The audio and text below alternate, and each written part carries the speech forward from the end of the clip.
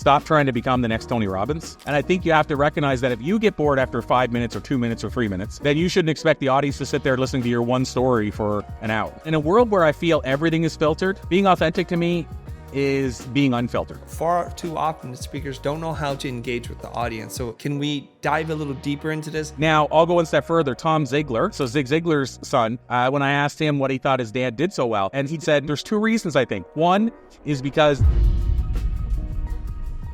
Corey, I'm excited to talk to you today because you are a person who's kind of near and dear to my heart and the things that you talk about. You haven't just given one TED Talk, you've given not 2, not 3, but 5 TED Talks, the last count. You've written multiple books, but the thing I'm most interested in talking to you about today is there's 2 words that are kind of very buzzy right now. Number 1 is personal brand. Number 2 is authenticity, and they're really related. And I know you know a thing or 2 about authenticity. So the first question I have for you is, for people who don't know who you are, can you please introduce yourself and tell us a little bit of your backstory? Yeah, I like to call it these days, Chris, my origin story. You feel superhero-ish, even if I'm not, or super villainish. But my origin story, I grew up in a small, tiny little town in Canada. I was raised by a single mother. Barely graduated high school. I didn't know the difference between fiction and nonfiction. Probably a thing you shouldn't admit. I actually had a girlfriend go on a date and then not continue dating me because I admitted that. But that was kind of my story when I started. I also didn't read a book until age 27. First books I read were How to Win Friends and Influence People by Dale Carnegie and Think and Grow Rich by Napoleon Hill. And I always said, if you're going to start late, those are good places to start. But having said all that, that's kind of my starting story. And I usually share that to say, A, it doesn't matter where you start, it's what you do next. But B, also to say I certainly wasn't voted likely to succeed. What it looks like today, though, is I aim to help other people who maybe started where I started. So I spend a lot of my time aiming to help people that are trying to get their message out to more people. So we might call it experts, influencers, whatever term we want to put on it. That's kind of my jam now. And I think it's because when I started, I didn't have any mentors. I didn't have anybody that could help me. And I just really had to figure out all the stuff in the trenches. Like, I have the battle scars. You know, we hear about the 10,000 hour rule. And I always say I put in at least 10,001. When you say you first started, because I'm trying to map out the timeline here, where you're not an A student as far as I can tell. I've listened to the TED Talk where you shared the story. How does one go from not knowing what nonfiction and fiction is and not reading a book until age 27? What was that first start like for you? For me, the first start in terms of this path I'm on today, actually, well, there's 2 parts to the path that are very unlikely. One, I started in sales, selling photocopiers door to door. The only other person I know in our sort of journey that did that was Robert Kiyosaki, who wrote Rich Dad Poor Dad. And he said he did that because he wanted to understand sales. And so you really do get to understand sales when you're selling somebody a white photocopier to replace the yellow one in the corner that everybody forgets they even own. That was my start in the business world. And even with that, every month my manager was kind of threatening to let me go. I actually signed a thing, Chris, that it was called POP, a sheet of paper called POP. And what POP stood for was produce or perish. And what that agreement said is at any given time, because you signed this paper, he could let you go without notice. It was like a 30-day probation every 30 days. And it took me almost a year before I wasn't going to get fired. So even in my sales career, I didn't start with any natural talent for selling. And then the other side of the spectrum, a big change was whenever I got tricked into performing stand-up comedy one night. And so again, a person that isn't down the path that I'm at down today, like even comfortable speaking, like I was that guy that was like no chance, no interest. And I got tricked, which people are often asked, how can you get tricked into performing stand-up comedy? But that happened. Those are the 2 points when the journey started. I will add one little kind of nuance to that starting in sales and no background or experience. The first ever sales training I had was a Zig Ziglar VHS. So for those that remember VHS videotape, it was really used, and it was the Zig Ziglar talk that he did for an hour. And I can still tell you parts of that talk. So super impactful, but that was all I got for training from a Fortune 500 company. And now we're going to fast forward throughout all this stuff and into your career in sales. And I don't know what compels one to get into sales, but it seems like you've been through the ringer with a job uncertainty and then kind of being tricked into doing stand-up. But now, because I read this on your LinkedIn bio, it says, I help people get paid thousands per speaking engagement without selling from the stage. That speaks true to my, like it rings true to my heart. That's really cool. Is this kind of like the business that you're in right now? You help other people speak from the stage? So again, back to kind of trying to help people with what I needed when I started but didn't have. Part of it was that Ziglar training thing. Like, how can the 48th largest company in the world at the time basically get me to write my name on business cards because they didn't want to actually pay for business cards until I proved I could succeed, and give me a VHS to learn from sales. So I said, I want to change that for other people. Then fast forward X amount of years, I started speaking and everybody made it sound so easy. And I wasn't getting the bookings they were getting. And I'm like, what am I missing? I remember listening to this couple on a CD put out by the National Speakers Association, the NSA. And they said, all you have to do is build it and they will come. And Chris, I kind of joke now, but I started building it. Nobody even heard the hammer. And so I had no mentors. Nobody showed me the speaking trenches. And I'll be honest with you, when you started from scratch with nobody to help, getting paid to speak is not easy. Everybody loves to, there's all kinds of courses online and Facebook ads that say, let me show you how to get paid $50,000 for your first talk and stuff like that. I learned it in the trenches. And so what happened was I started figuring out, I'll call them hacks or shortcuts. And eventually it became a superpower. It wasn't at the beginning. So what I started doing is I started posting, so blessed to get paid to do what I love, with pictures of me speaking. And what the fascinating thing started to happen, the people that had been implying to me that they were getting paid all the time started reaching out and saying, Corey, between you and I've done 100 talks and I've never been paid. How do I do this? Wow. This is the thing. You probably see this lots too, but almost everybody now has sought after speaker in their bio or on their social media page. And the people I'm talking to every day that are asking me, how do I do this, have sought after speaker on their byline. So what happened was I ultimately realized after teaching a lot of people one-to-one, I maybe need to start teaching this on a bigger scale. So back then we launched How to Get Paid to Speak program. It was like a 90 days, do it by yourself, not done for you, in a box type program. And to skip a lot of stuff in between, today what that looks like is we have a thing called Blue Talks, which is BLU, stands for Business Life Universe. I jokingly say we're like TEDx meets Chicken Soup for the Soul. So if they got married and we'd be the baby that came back. But ultimately, 5 years ago, we started creating the platforms. So we started running events at Harvard, Columbia, Oxford, Cambridge, MIT, and so on, and started bringing on speakers, A, showing them how to crush it from that stage, but then B, the big benefit too is then they have a video of them crushing it on the stage they can leverage forever. We help them become best-selling authors through anthology books.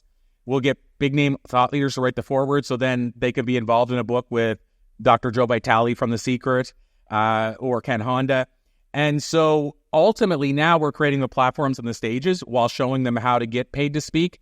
To your point, I've always preferred get paid to show up and speak to having to sell from the stage. Now, I'll be clear, we run an event where we make an offer once a year, and it is truly possible to bring in more revenue selling from the stage. But for me, I love the idea of when I can go and just share because I've been paid for my time and I don't have to be trying to enroll people into a program. So I found there was a big niche in that area. A lot of people were teaching selling from the stage, but not a lot of people were teaching how do you get paid. I'll say now, didn't start this way, but your full fee before you even show up to speak. That part's a little hard, but yeah. It comes down to these days people don't want to hand it a check anyway.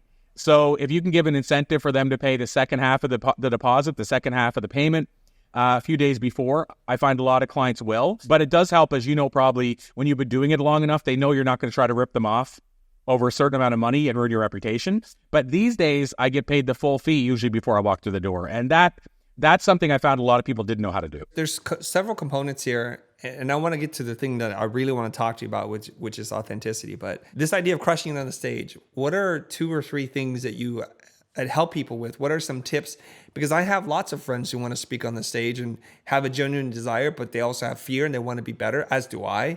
What are a couple of things that you tell your students, the people who enroll in your courses, to do? The first thing I tell them, I'll call it not to do, is stop trying to become the next Tony Robbins.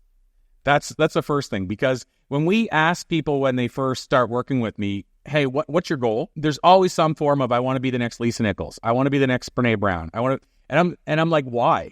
Tony went out to become the first Tony Robbins. Lisa went out to become the first Lisa. You need to go out to become the first Bob, whatever their name is. So that's what not to do, is don't come into this and try to, there's 2 sides to that too, Chris. There's the, yes, try to emulate what they do well, but that's different than trying to just like Steve Jobs and speak in the same monotone voice that Steve Jobs did, because Steve Jobs had this unique way to speak with passion, even though he wasn't excited, if that makes sense. Like, he was very monotone, but you felt this guy loves what he's doing. But so going to the more strategic, what I recommend people do, just if I pull things top of my head, one example, which seems so small, but if you're going to use PowerPoint and or if you have to, because one of the things that a lot of people don't realize, they'll say, well, I don't like PowerPoint. Well, that's fine, but your client might. So you might go to a conference where they have 10 speakers and they're using PowerPoint and it's not comfortable for them to have you go freeform, or they might not be comfortable with you going freeform.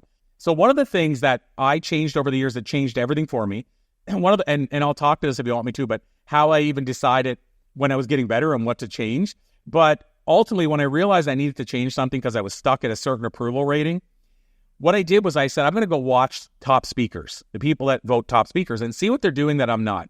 And the one I came to was back to Steve Jobs, is I noticed that when he was doing his product offerings, at most on his slides, he would have a picture of the offer, like of the product. So it could be the iPhone when he was launching it. And I'm like, you know what? My slides are filled with words. Steve's slides have one image. And so that was one first major change I made, and it changed everything. So I recognize that it's my story. So I don't need all these words to help me memorize, because I just need to see the picture and it tells me what the story is I'm going to share. And so, for example, I share a story often about my first night in comedy, how I started and I didn't know to turn the mic on.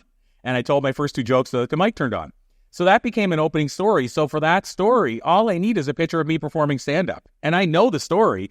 And so first tip I tell people is get away from, I even actually like using PowerPoint if you can do it this way, but get away from the idea of using a PowerPoint as a crutch and, with your bullet points and words and all that, and do it so that you're what they're there to see. You're the message. That just reinforces it. So, and the great part about that too, Chris, is you also get people that will then say, well, I'm going to just share all this presentation. Well, how? Send my slides. Who cares? If you send my slides and they see me with a picture of me performing stand-up, how can anybody know what that is unless they were there?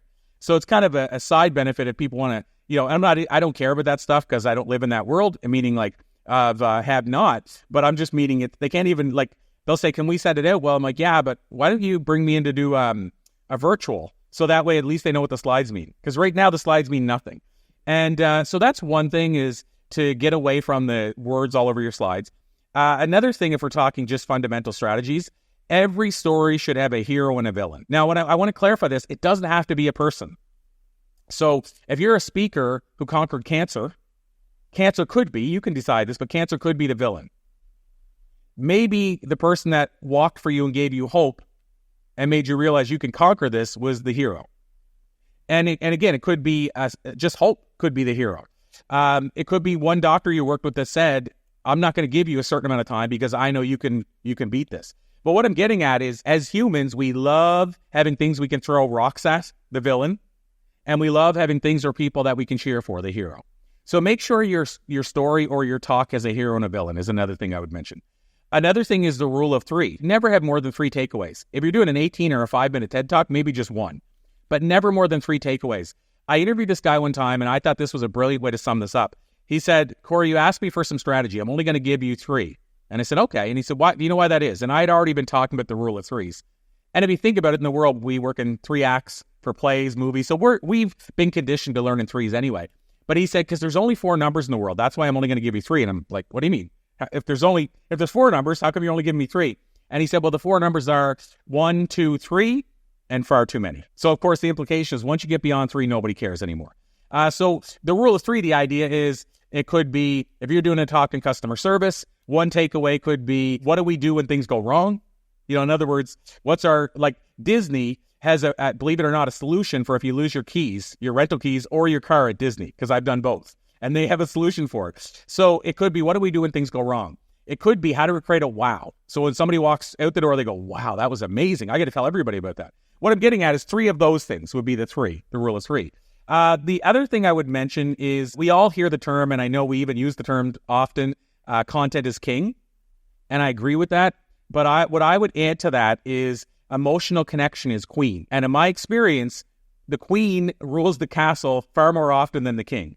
And so what does that mean in the real world? It means that you can give a great talk. and you can be brilliant during the talk. But if the audience is bored, they'll still walk away saying, why did I waste my time there? But you can give, and I don't want to say mediocre because you always should give a great talk, but you can give a mediocre talk. But if you engage with the audience, if you're charismatic, if you're dynamic, they'll still enjoy that talk more than the brilliant one. Even, by the way, which is weird, Chris, I've studied this, even if they don't get as much from the talk, they'll still enjoy it more because you connected with them. You made it, and it could be as simple as saying, how many people here, if I could get you a gig tonight in a stand-up comedy club, would perform stand-up?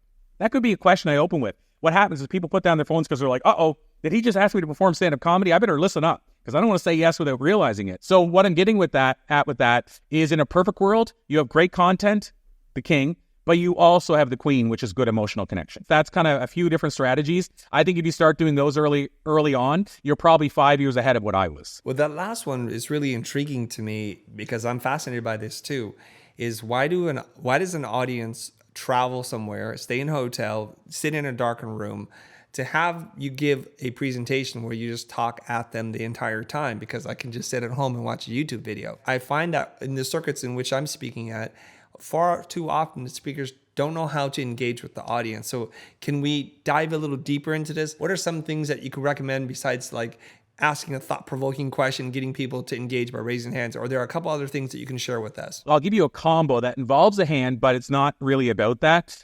One thing you can do is teach them something new in the sense that actually blow their mind, teaching them that something they always thought was true isn't true. And the engagement part is really just bringing them into it. So I'll give you an example. So it's more of an experiential learning for them. But an example would be the 21-day habit. So there's a great book called The One Thing. You may have heard of it, and there's a podcast around it as well. In that book, they reveal that the guy who created the 21-day habit said he was misquoted, and it wasn't 21 days. It was 61 days. He said 21 is when it starts, 66 is when it's cemented. But because North Americans, we wanted the easier one, we went with the 21 days. So as an example, Chris, one thing I do sometimes to open up a talk, because I want you to believe you can learn something new from me, is I'll say, okay, in all honesty, let's start here. We all know it takes 21 days to create a habit, right? Show of hands. We all know that, right? So, of course, I'm goading you in. And I'll say, what if I was to blow your mind and show you that it's not true? And then, of course, I'll use the source on the wall of the person that created it and, show his quote and what have you. But I'm going to talk to them about how it's actually 66 days.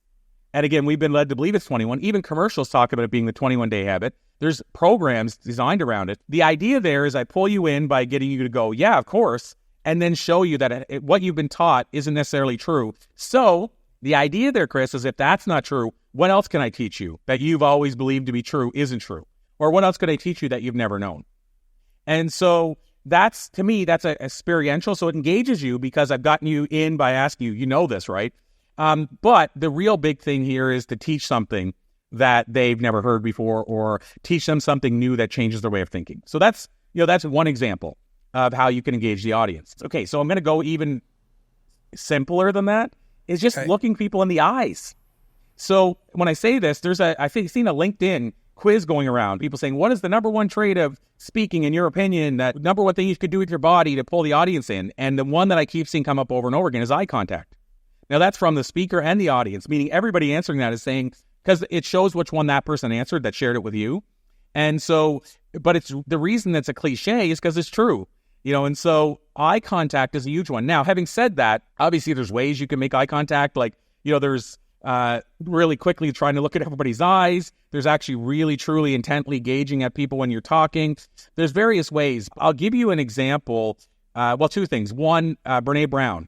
So Chris Anderson from TEDx, or TED really, has shared that when he asked Brene Brown how she engaged the audience so well during her talk, she said something to the effect of, what I did was when I was sharing this message, I pictured the whole audience as, I think it was her sister, but the person in my life that needs to know this message the most, and I shared it to them as if they were that one person. To me, that's using the eye contact, but it's engaging the audience. So instead of visualizing them naked, you're visualizing them as one person that needs to know this message.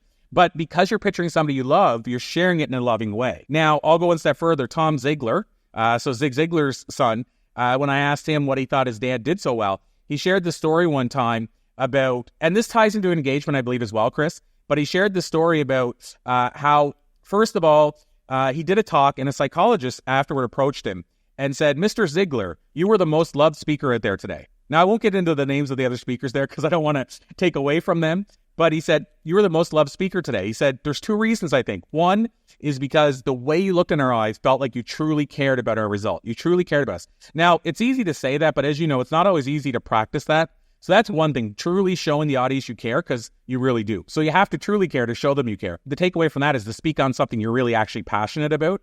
But the other thing he said, which I think is more profound, is he said, also, Mr. Ziglar, if you want to know the other reason, and of course Zig did because he wanted to improve, he said, what I noticed is you change up what you're doing every 7 minutes. Now, this was the late 70s, and he said the average time between commercials on TV is 7 minutes. So that's our attention span because we've been trained by TV to have 7 minutes attention.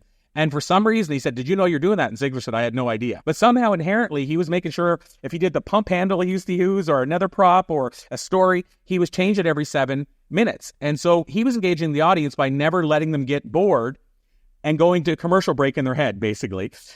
So that, to me, is another way to engage the audience. But here's the thing. Today, we probably have 2 minutes. We don't have 7 minutes anymore. You know, there was on Time magazine, they said the average attention span now is that as short as that of a goldfish, which they say is like 8 seconds. So the thing is, we don't even have 7 minutes. So to me, another way, Chris, is to make sure you're always mixing it up with something powerful quickly. So you're never kind of just, as you said, talking, and this is the big thing you said, talking to the audience. You should be there for the audience. And I think you have to recognize that if you get bored after 5 minutes or 2 minutes or 3 minutes, then you shouldn't expect the audience to sit there listening to your one story for an hour. So those are some other ideas. Hopefully that helps a bit. And I'm happy to dive more into that. But those are some ideas I think that you can use to engage the audience as well. Do you ever do crowd work where you're interacting with them and using prompts and call and response? I mean, that's absolutely another way. I will say it can be done, as you know, in an audience of 10,000. It can be done in a small audience. Obviously, it's easier in a small audience, but it can be done in a bigger one, but you obviously have to pick certain people. You know, it's a little harder to try to work a 10,000 crowd audience with call and response. But yes, I actually do believe it's very powerful. Like whenever I talked about, I said if I asked people how many people would perform stand-up comedy, well, usually what happens, so the end result of that is usually out of a room of 2,000 people, 2 hands go up. And by the way, part of the engagement as well, I don't know if it's engagement, but just trying to keep the audience with me, is I'll usually make a joke because I'll say, okay, that's fine, 2 hands went up. Now my question is, what if you're not allowed to drink alcohol before you go on the stage? And then 1 hand goes down usually. So then you're down to 1 hand. Well, what I'm getting at is I might then engage with that audience member that has their hand up. Because I feel like if they put their hand up, they're not going to be that person that gets shy and mad because you're engaging because they literally were willing to put their hand up. But I might then ask them a question. So let me ask you this question. And then I might start engaging with the audience. And then I'll say, does anybody else, want to share anything there? So I do that as well. I just think it's done in a specific way. Like I think it's, it's harder to do that with a keynote. It can be done. It's harder to do that with a keynote. But I think at the end of the day, if you can do that, it's extremely powerful. Another thing is to go out with the audience. So that's another thing that I've done over the years where I'll actually go out and, high five somebody and talk to people in the audience where I'm right there. And there's times, by the way, I've had to do that, not out of choice. I did a talk one time. I don't think many people can say they've done this. I wrote an entrepreneur article about this, what I learned from speaking in the dark. And what happened was I went to this event and the downtown core lost all the power. And so I go to the event and I look and I said, I knew where the venue was, but I said, can you tell me where the room is? And the guy said, oh, it's over there. And I looked and it's like pitch black. So I started walking over there. I thought maybe I'll discover it as I get closer. And I'm like, it's still pitch black. Am I at the right place? So I walked back to him and he said, oh, sorry. Yeah, the power's out. I'm like, oh, this is new. So I went down there with my phone as my flashlight, talked to the organizer. She's like, Corey, if you want to leave, I don't care anymore.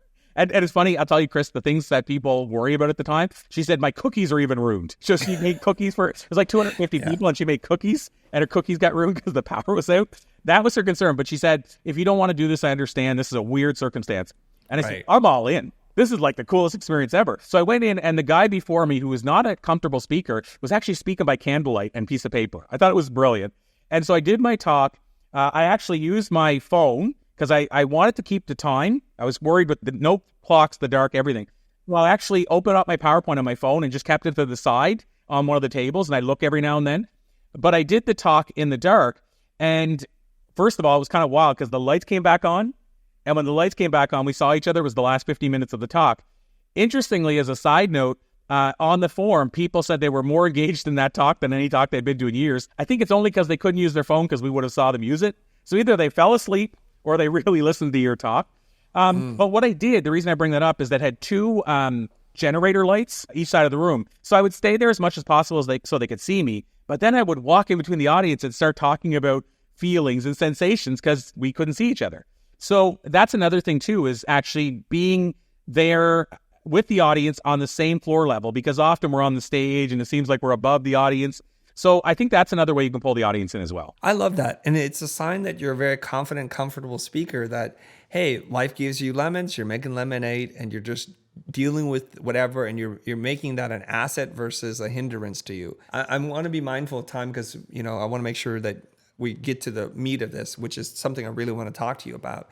Is there's something that you said, like the currency of authenticity. So first, what is authenticity to you, and why is this valuable? I mean, authenticity to me, ultimately, in a world where I did this talk called Living the Unfiltered Life, and in a world where I feel everything is filtered, being authentic to me is being unfiltered. So, I mean, that's just talk. Like, that's just what I see it as. So, authentic to me means speaking your truth, no matter the circumstance, even when it's hard. And actually, even more importantly, when it's hard. But I'll go one step further. My wife says this seems to be my biggest pet peeve, but is when people advertise, like, for example, on Facebook, and say, let me show you how to get this Cadillac in 3 weeks or whatever. And then what we don't see, and I know because of clients that have done this and then shared it with me, we don't see that when the video goes off, the person that really owns the Cadillac comes out of their house and says, get off my lawn, stop standing next to my car and filming. And so for me, I think we're in a world where it's very easy to make yourself look like you've accomplished something you haven't. And I truly have clients that are pitching, let me show you how to make 7 figures when they've never made 7 figures. And so to me, that's the opposite of authenticity. What I feel with that is I feel eventually it gets found out. It just takes a while. And so for me, when I say authenticity, I think if you are trying to show somebody, whether it's how to do something, how to live a certain way, what have you, it should be congruent with what you're doing. So you should be speaking your truth. Now, I'm sure you're familiar with Frank Kern. Well, Frank Kern puts up the Rolls Royce and his wife on Facebook ads and gets engaged with that way. But at least that is his life. At least it's truly the life he's living. So to me, it's about being authentic. It's just like, now somebody can say they were featured on a certain, let's say, platform. Like, let's just say featured on NBC, ABC, what have you. But what you don't know is maybe what they did was they paid for a news release service that sent out a press release, and that they're featured on the back end of NBC. So even if you type their name, it won't come up with NBC. It's not for me. It's not that I'm trying to judge that person, Chris, but to me, it's not being authentic, and it's not helpful to the people that you're trying to serve. So I hope that explains it a bit, but to me, it's like living in integrity, speaking your truth. As obvious as that sounds, as natural as it sounds, we seem to be in a culture where that's more rare than it is the standard. And we're seeing literally people putting filters on their lenses, on their software, so that they don't look like the way they do. People renting backdrops that look like they're at fancy places and they don't live that fancy lifestyle, or people pointing the camera into a very specific corner of where they live, and that's the only part that looks like that and everything else looks fake. What is it that you think that is compelling people to show up as someone else other than themselves? I mean, there's probably the quick answer, which is in most cases we're talking about, it's about driving revenue or money. So in other words, most of the people we're talking about are running a business. So I think the first driver is, and this is, I mean, it goes to what people want, or at least what they think they want. So people want to become a millionaire because, I'm just talking loud, but maybe they think life becomes easier that way. Problems go away, that type of thing. So because of that, then the other person going, I better flip on the camera and talk about becoming a millionaire because that's what they want. So I think on the big high level, the easy answer is people are thinking this is what people want. And if I want to be successful, I need to give them what they want. And the other people are thinking that's what I really want. So it makes sense that I should learn from somebody who's already done it. And so and they're thinking, well, if I show them my real life and that I do struggle and that I don't know what to do if the tire blows up on the way down the highway, then all of a sudden they'll say, well, I can't buy off that person. They're not credible. But I actually think it's the opposite. I think you're more credible when a person says, they get it. It happens to them too.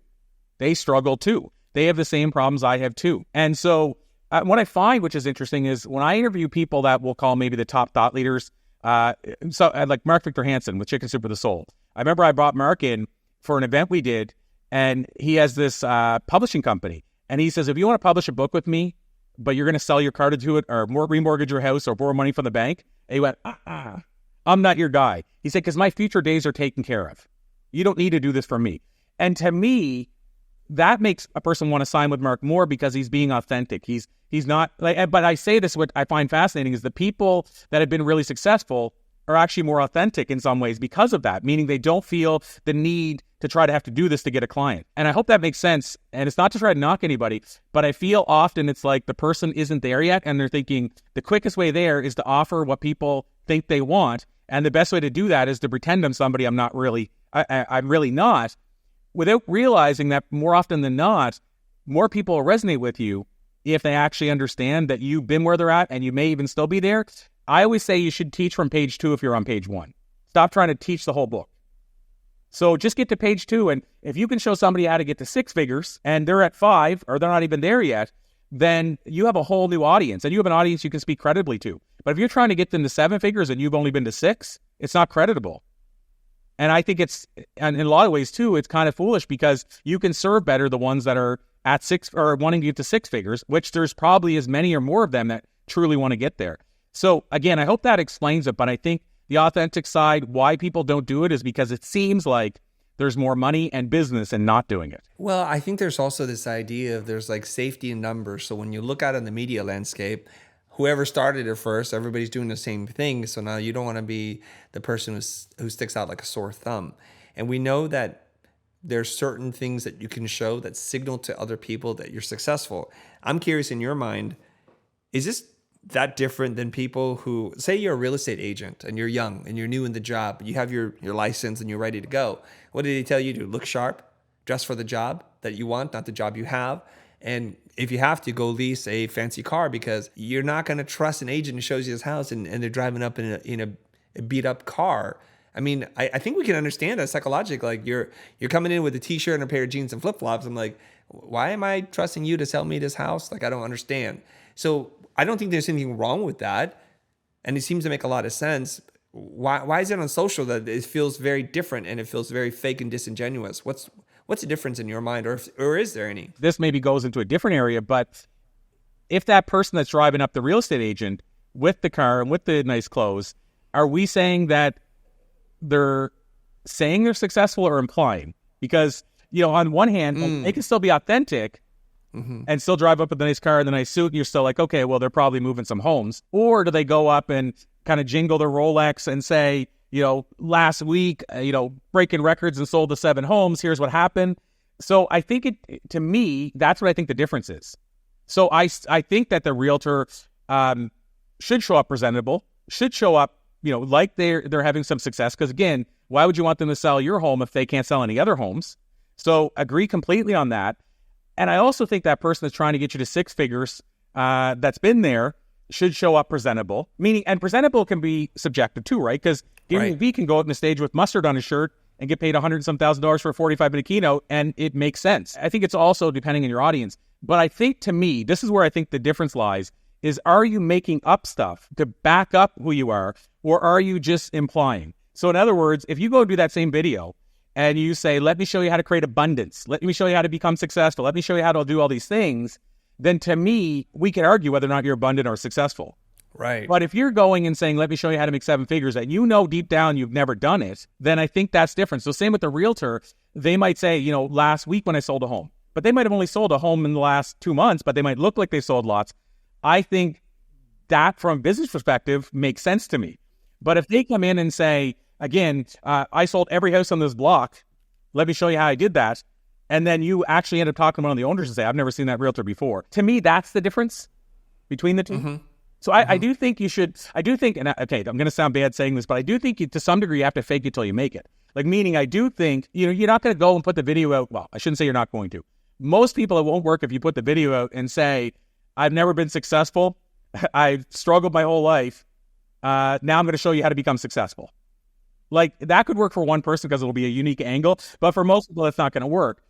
So I get that. I just mean, I think the authentic side is, are you telling people you've done something you haven't versus are you portraying you've done something you haven't? There's a lot of nuance and intentionality behind this. I think I get what you're saying. If you're grounded in truth and reality and it's aspirational, I think we're all fine with that. It's when you go to misrepresent and intentionally to try to fool someone where none of us are okay with that, I think. And I think part of the problem is in our culture, especially like say here in America, where I think we desire certain things. We don't want to do the hard work. And so when somebody shows us a shortcut, we're kind of gullible, like we're kind of in on fooling ourselves. So we buy into the image and the trappings. And later on, we're like, that didn't work. That person doesn't know what they're talking about. Well, didn't you see the 17 signs? And so as I don't know if it's P.T. Barnum who says this, but it's like there's a sucker born every minute, and no one ever went poor estimating the ignorance of people. And so it's like, well, we'll sign up for anything, I think. And so that creates this weird pattern of behavior. And so we want to move as far away from that as possible if you want to show up as a truly authentic and genuine person. Now, I know there's something very unique about you. You've interviewed a lot of freaking people. I think over 5,000 people. In your experience, and if you can talk shop a little bit here, who have been some of the most authentic people that surprised you? This is a good question because it relates to what we're talking about. I mean, if I'll give a little plug if that's okay, but it ties in. So I have this new book that we're putting out, The Enlightened Passenger. And a good example of what not to do would be me launching this book, and while I'm still in the launch, showing other people how to launch a book, that type of thing. But the person that wrote the foreword, the reason I showed the book is the guy that wrote the foreword, his name is Richard Paul Evans, and he's a 46-time New York Times bestselling author. He's his first book was The Christmas Box. It sold, I think, 8 million copies. When I talk about authenticity, whenever I went to his writer's retreat, I just went to his second one last week, but a year ago, almost to the date, I went to his first writer's retreat. At the writer's retreat, he shared stories. So he talked about becoming a successful writer and how when he started, it was all about, driving a nice car, almost like we talked about with the realtor, because you want to believe people to believe your book was selling well. Like it even went that deep. But what's so fascinating now is the first thing he told us about when I met him, I didn't know him that well before, was about how he has Tourette's and how he's had Tourette's his whole life. Then he talked about his mother and the struggles he had with his mother.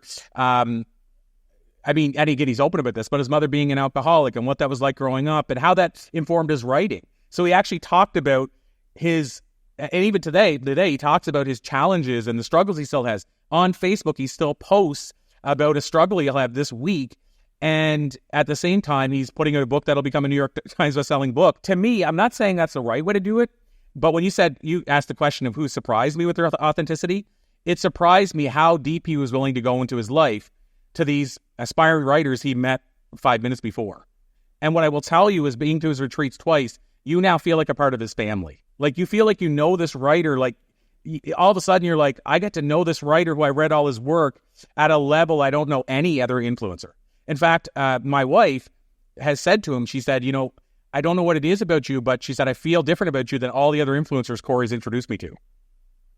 And I think it's because he's so vulnerable. But it also is authenticity. He's not trying to say, in other words, while I'm writing this book, I also could go to a book signing and there could have been a snowstorm and I could be showing a picture with 2 people at the book signing, even though most of my book signings might have 500 people. So he's a person that really surprised me. If I go beyond that, I mentioned Mark Victor Hansen earlier, Chicken Soup for the Soul. Mark is another person who has surprised me by his authenticity. And I will say, Chris, that even includes how he feels about business, how he feels about politics, an area where a lot of people won't go. And I'm not even saying they should, but I'm saying I totally am impressed by his ability to say, this is who I am. And, this is take me or leave me. I don't make apologies. And so I think influencers that still come across as I'm still in it, I still love doing this, and I still struggle. And I've had many, many interviews with people that are like that. Another one I did recently was with Tommy Chong, sort of from the Cheech and Chong comedy duo. Yeah. And Tommy is just Tommy. You can't get more authentic. He's 84. He showed up wearing 2 different shoes. I was interviewing him at the Troubadour on the Sunset Strip in LA, and he got lost in the alley. It was just, everything about him is just true. And then he came out, I don't know how he figured it out, but the producer that was with me, who runs a show in a station in Hollywood, Tommy, first thing he said, what part of Edmonton are you from in Canada? I don't know how he figured it out, but he just said, us Edmonton people know each other. And there's just something about him that's so engaging and authentic. And whenever I was trying to talk about, what do you guys have coming up for Cheech and Chong? He's like, oh, we got lots coming up. It's going to be lots of fun. Just check out our website. Like, just very authentic about, I care about changing people's lives, allowing them to escape the crappy day they might have with my comedy. But I don't feel the need to sell you on it. And so I guess just disarming in a good way. Those are some of the people. Robin Sharma wrote Monk Who Sold His Ferrari and a bunch of other books. The Leader Who Had No Title. I was just at an event with Robin, same thing, very authentic, like just sharing parts of his life that most people don't share. And again, it's not to say that it's the only way to do it or the best way. It's just, Chris, what I've noticed is when you ask about who surprised me, those are people that when you meet them, I felt going into it, it would be a totally different scenario. I felt like I'd be kind of, if they'd be presented a certain way, and it didn't end up being that way. They were just really like, here's who I am, love me or dislike me.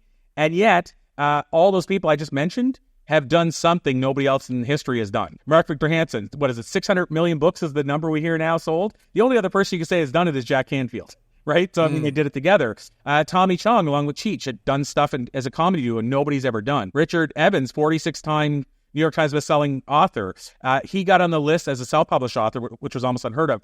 What I'm getting at is they're authentic, and yet they're still having as much or more success than everybody else. So I hope that answered the question, because I was trying to drive when you said, who surprised me versus who was your best interview? I wanted to go into, again, authenticity. I think some of my audience would be sitting there saying, well, they're highly accomplished people.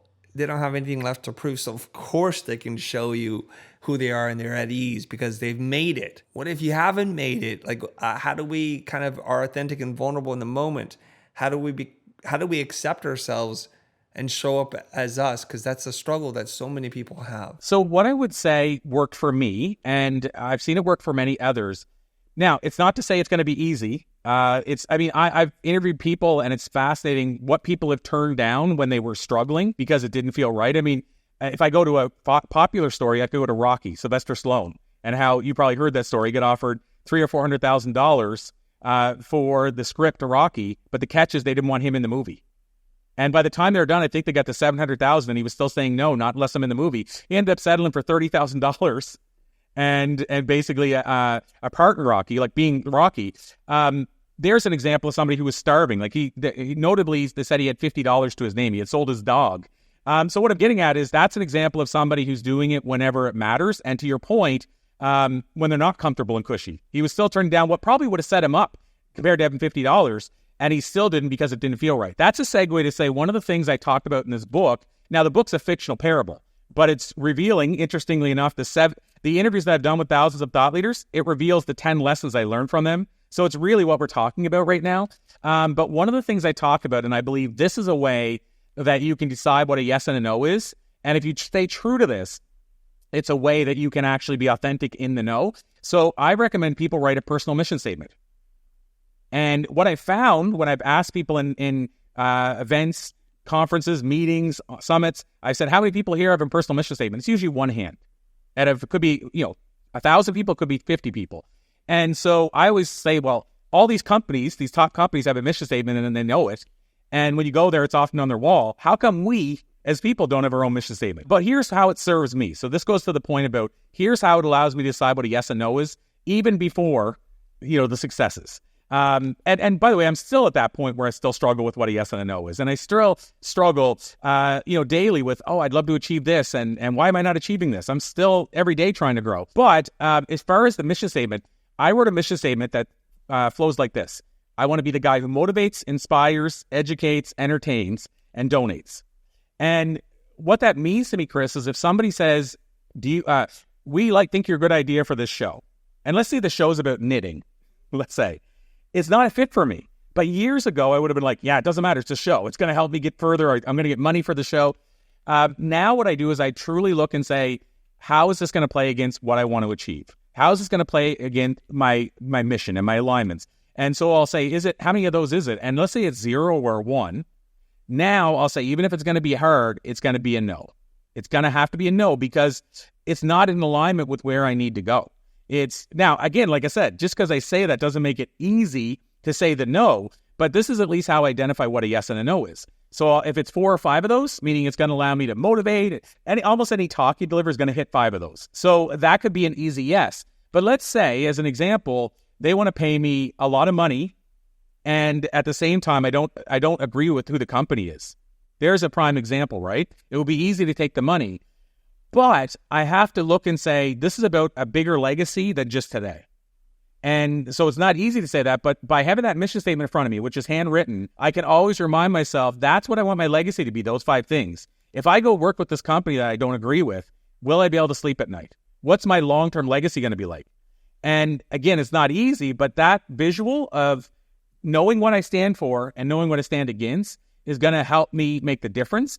I will give you a side story that was just shared to me that kind of backs this up. Now, I don't know how much money he had at the time, so we can go either way, but Ken Honda shared the story with me recently that whenever when crypto was just starting, somebody, because he has a book called Happy Money, somebody wanted him to actually be an ambassador for Happy Money. They want to buy the rights. They were going to give him $1 million, and then he would get a percentage, of course, as the stock market grew, on this new Happy Money. And he did a little due diligence on the company.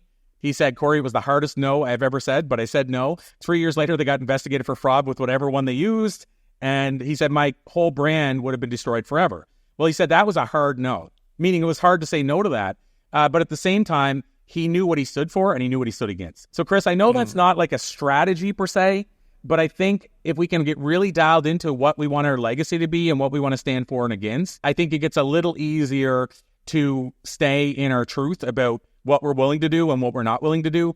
But I'm not going to lie to you and say it's ever going to be easy, especially whenever you might be struggling and don't know where the next food's going to come from and somebody puts an opportunity in front of you. That's one of those things that you got to sit there with yourself and say, again, how do I want to sleep at night and what do I want to look like 5 years from now? At the beginning of our conversation, you're just like, well, maybe I'm the superhero or the supervillain, I don't know. And you said, well, if you're going to give a talk, every hero needs a villain. And so you said to us what your mission was, to educate, to inspire, and to donate. And there's a couple other words you use in there. What is Corey's arch nemesis? Wow. That's a great question. And I go in 2 paths, because one path, the quick, easy answer is I'm a very social person. And so for years, I've had to kind of battle the idea of saying stuff and then later walking away going, oh, I should have just stopped before I said that, what have you. So, second guessing used to be a villain or an arch nemesis of mine.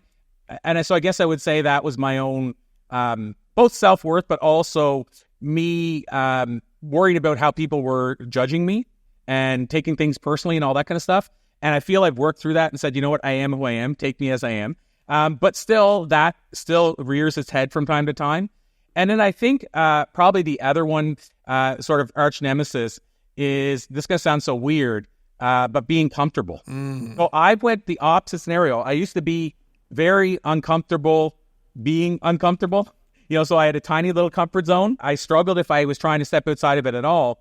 Now, and I do think it's a challenge. Now my challenge is that I need to always be uncomfortable to be comfortable. So I have to be stimulated. I always have to be doing stuff that's uncomfortable. And I don't think that's a good thing, because I'll correct that. I think it can be a good thing, but also at the same time, how do you ever just kind of sit in peace? If we want to talk meditation, or how do you just sit in silence and be present in the moment if you're always thinking about, oh, I got to do something that's pushing my envelope? You've done the whole swing of the arc or the pendulum there, from a person who wants to be comfortable and then decides to expose yourself to discomfort. And then now you're realizing that you can't always be in a state of chaos. And maybe that's where I'm at right now in my life, because my wife's like, why do you sign up to do so many things? I'm like, because this is how I feel alive right now. So whenever we're sitting quietly, not doing anything, I will fall asleep. I literally will fall asleep and say, babe, I just can't help it. I'm not stimulated right now. And I think that's like a cautionary thing for all of us, to learn to feel excited just doing nothing. Absolutely. I agree with you 100%, Chris. And I think one thing I will add to that is, after interviewing a lot of influencers, one of the things I've discovered, and this is a common challenge that nobody talks about, is a lot of us live in this world of next. So we say, I can't wait till the book's out, and I hold up my hand, and then you hold the book in your hands and you go, okay, what's next now? Like, not sitting in that achievement. I find after interviewing a lot of influencers, I notice it's something none of us talk about, because nobody wants to kind of admit that weakness, that we can't just enjoy. And so what I tried to do, and again, it's not always easy, but I've tried to enjoy the journey. And so recently in the last few years, you'll find me saying the quote, what if the journey is actually the destination? So what if writing the book is part of the destination? What if marketing the book? What if doing interviews for the book? What if talking to people is part of the destination, not just holding the book in your hand? But I do see that that's a big challenge that people face. So yes, I would agree. Yeah. It's just like always having to be stimulated is almost always what's next. What's the next thing I can jump into? I've noticed this, and I feel this way myself, that the people who are very successful, they just love the journey. The destination is just the byproduct. There is no destination. They just love doing this thing. And that's what keeps them going day after day, month after month, year after year. As opposed to people who chase a result or a destination and they don't get there as fast, or it doesn't look the way they think, they just quit and they move on. And so they live from one failed attempt after the other, and then the next thing you know, you're too old and you have nothing left and you haven't accomplished anything. You got to love the journey itself. Corey, it's been a pleasure talking to you. I want you to do this. Tell us the name of the book, tell us when it drops, and give us your best pitch as to why someone should read it. Wow. Okay. On the spot. The book is called, as I said, The Enlightened Passenger. It drops on June 25th. So it's basically, we're in pre-order stage right now as you and I are talking, but depending when they're listening to this, because it's evergreen, June 25th, 2024. So I can honestly probably say whenever you're listening to this, it's out. So the book also, when you get it through our website, which I'll give you the website, you actually get 5 instant bonuses. And the great part about that is we still send you to the same retailer to buy the book. So you're getting it from the same place. It's just you come back with an order number, get some bonuses. Thisisthebook.com. So thisisthebook.com. I try to make it easy. And then as far as the why, it's basically a fictional parable. In a lot of ways, I wrote it when I was in the space of Og Mandino's writing, The Alchemist, Celestine Prophecy. So the pitch I would have is if you have read those books or heard about those books, you've heard that they've changed things in people, like they've literally moved people in terms of growth, because not every book does that. I aim to be the writer of another one of those books. So if you want to grow, and I'll add this, if you want to learn the 10 top lessons out of the thousands of interviews I've done, distilled into one little tiny book, it's like 90 pages, a tiny little pocket book, then I think this is the book for you. That would be my pitch around the book. Wonderful. So I know that's an unusual URL. So just to make sure I got that right, it's thisisthebook.com. You got it perfect. Everybody, thisisthebook.com. I will add the link in the show notes in case you're there. Everybody, thank you very much, Corey, for being part of our podcast. Hey, it's Corey Poirier, and you're listening to The Future.